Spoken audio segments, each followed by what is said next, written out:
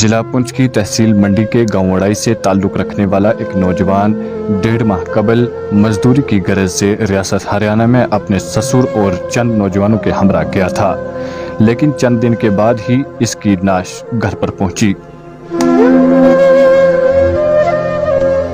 नौजवान की लाश देख घर में मातम छा गया। लोहाकीन के मुताबिक बड़ी महारत के साथ हरियाणा से कत्ल करके नौजवान को बगैर पोस्टमार्टम के बजरिया एम्बुलेंस घर पहुंचाया गया, जिसके बाद इसके आबाई गांव में तजीज़ो तकफीन कर दी गई। वाज़ा है कि नौजवान की शनाख्त फैज़ान शरीफ वल्द मोहम्मद शरीफ साकना अड़ाई के तौर पर हुई है।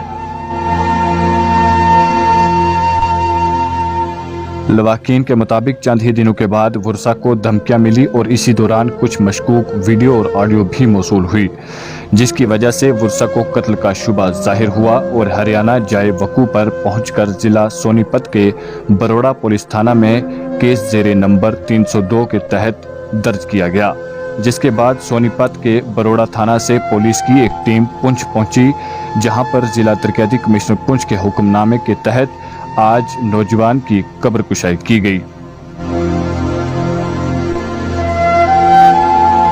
जिसमें महकमा सेहत की टीम और जम्मू कश्मीर पुलिस मंडी के हमरा नायब तहसीलदार मंडी तैयब खान के अलावा सोनीपत बरोड़ा थाना से आई हुई पुलिस टीम की जेरे निगरानी में कब्र कुशाई करके पोस्टमार्टम किया गया।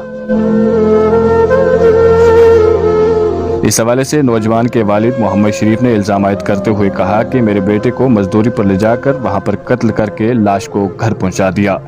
इन्होंने इंतजामिया से अपील करते हुए कहा कि कत्ल में मुलव्वस मुजरिमों को करारे वाकई सजा देकर मेरे साथ इंसाफ किया जाए।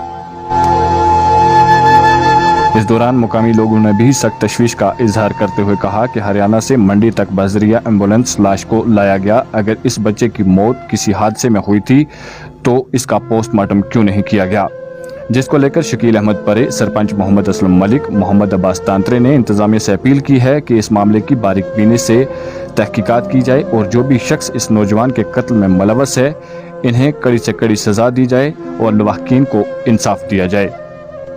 मजीद जानकारी के लिए देखिए हमारी ये रिपोर्ट।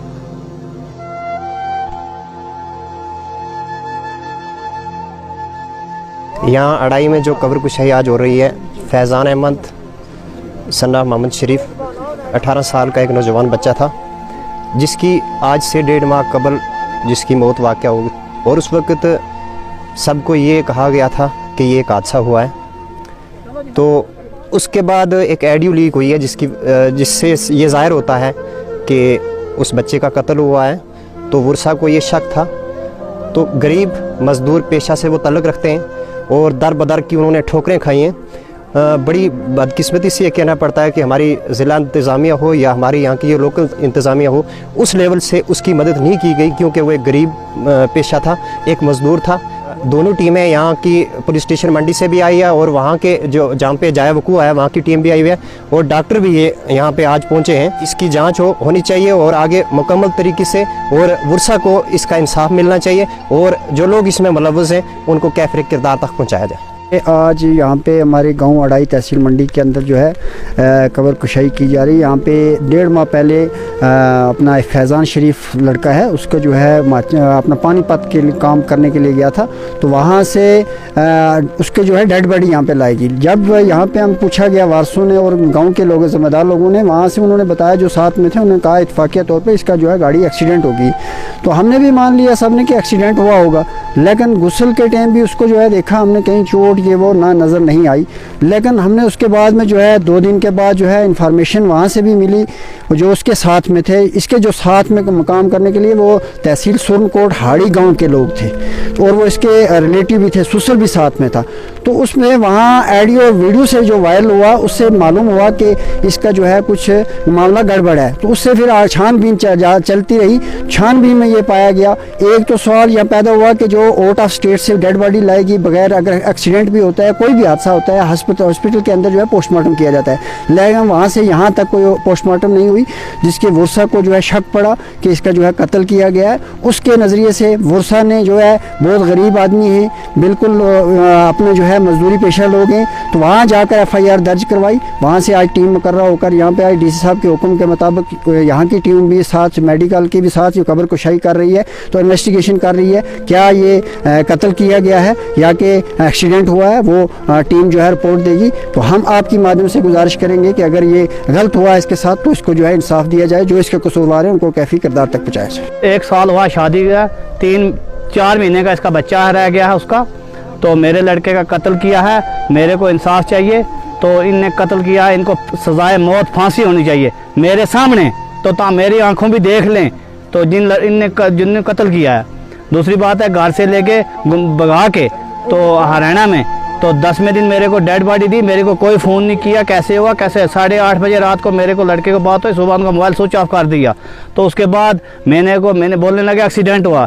मैंने सोचा एक्सीडेंट हुआ, चलो मैंने दफना दिया। 5वें दिन मेरे को एक वक्त न की वीडियो बताते हैं, फिर एक ऑडियो बताते हैं, फिर मेरे को भी दाब देते हैं, तेरे को भी मार देंगे। शाह मोहम्मद मेरे को भी दाब दे रहा है, तेरे को मार देंगे घर पे। 9 लोगों ने मेरे बच्चे का कत्ल किया है, 3 लोग के यहाँ के साजिश है इनकी पूरी। मेरे बच्चे का 100% कत्ल किया है, टेम्पो से चक के फेंका है, तो वहाँ मार दिया।